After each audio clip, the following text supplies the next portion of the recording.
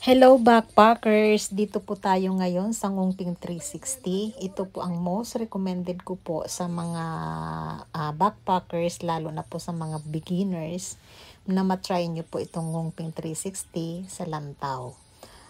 Nag-umpisa po kami sa Tungchong. Pag exit po ng Tungchong, exit A, mag-google po kayo papuntang Tung O Ancient Trail. And then, pag nakarating na po kayo sa Tungot Ancient Trail, makikita nyo po dyan ayan pong picture na yan, yung tulay na maliit. At sa dulo ng tulay po na yan, makikita nyo po yung maliit na daan sa kaliwa. Iyan na po yung umpisa. Ito na po yung umpisa ng ng trail. Actually, ang trail po na ito is about 8 kilometers lang po. Approximately 8 kilometers ang layo. Although mabagal po yung facing namin kasi nga hagdanan. At ayan po, i-screenshot nyo na lang po itong, itong guide po kung paano pumunta po dito sa trail na ito. Makikita nyo po yan sa screen na yan. I-screenshot nyo na lang po. So, yun na nga po, pagdating po namin dito, hagdanan po talaga ang bumukad.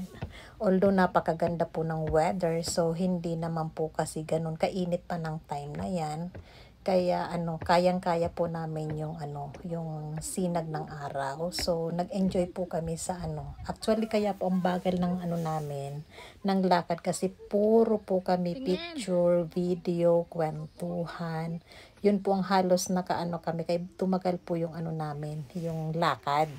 Kasi naman po tingnan niyo po yung view ang dami-daming dumadaan na cable car. Tapos, yung view na puro green, na hindi ka magsasawang tingnan. Kaya po talagang, nag-enjoy, sobrang nag-enjoy. Kaya po sinasabi ko sa inyo na, na itry nyo po ito, lalo na po sa mga baguhan pa lang na nag-hike at naghahanap ng napakagandang view.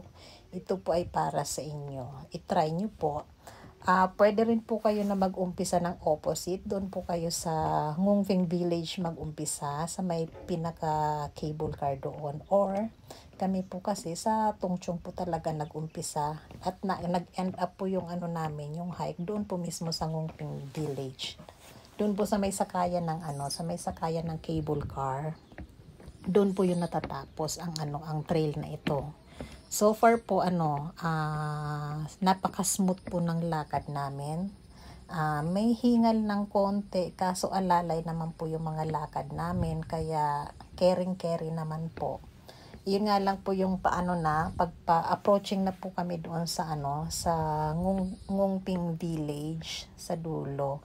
Medyo puro pababa na siya. Kaya kung malakas po yung tuhod nyo, carry lang. Yung mga sanay pababa, carry din lang po. Ako kasi po mas mas carry ko po yung paakyat kaysa sa pababa.